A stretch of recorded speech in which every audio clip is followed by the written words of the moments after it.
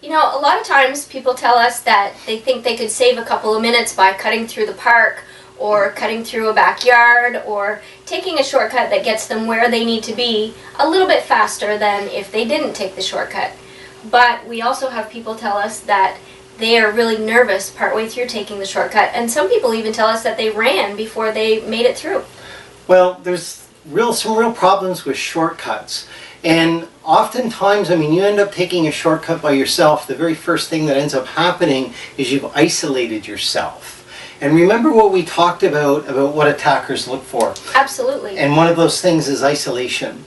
So you taking a shortcut, especially in the evening or at dusk time, you truly are isolating yourself, which makes you an easy target. Definitely. Now that you mentioned nighttime, let's talk about what a shortcut looks like, Rob. Usually there's bushes, it can be an alley between two buildings, it can be, a different route through the park at night than where the lights are. But one thing about a shortcut for sure, not very many people are on them when you're on them. And that's the problem with a shortcut. And the thing that you really need to kind of ask yourself is, how much time are you going to save? And is that time worth the potential risk that you're exposing yourself to? For sure. If you could save 1 minute, 2 minutes, maybe 3 minutes off of the time it takes you to get where you're going, is that worth not feeling or not being safe? And another thing, and we'll ask you this question, if you were aware of a shortcut and you heard that somebody you knew took that shortcut and maybe they got beaten up, they got robbed, they were sexually assaulted, or even worse, murdered, how would that make you feel?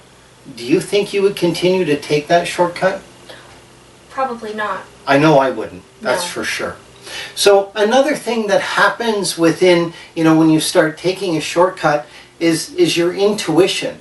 You start getting sensations, or maybe you start hearing noises, things start happening around you, and that can start increasing your own fear and your own discomfort while you're taking that shortcut. For sure. And in that situation, Rob, I think that's your intuition telling your body, don't do it. Don't take the shortcut. That's right. So for the amount of time that you might save in taking a shortcut, my opinion, and I know Beth's opinion, don't take the shortcut. It's not worth it. You're entering into a place where, one, you don't know who's there. You don't know if people are hiding behind buildings, garbage bins, bushes, fence lines. You have no idea. And generally on shortcuts as well, your sight line is limited also. If you're running down through an alley and you have bins and garbage cans and all kinds of stuff within the alleyway, that's places for people to hide. For sure. And let's go back a minute to your friend getting hurt on the shortcut and you deciding, okay, well, I'm not going there anymore. But what if it was you that got hurt? What if you were the example? What if you're the one that took the shortcut and your friends now say no? Learn the lesson now instead of after. So, you know what? The next time that you're looking to save a little bit of time, rather than taking the shortcut, walk a little bit quicker, ride your bike a little bit faster, or team up with a buddy or something if you got to take that shortcut. Hey, 2 or 3 minutes isn't going to make or break whatever's waiting for you.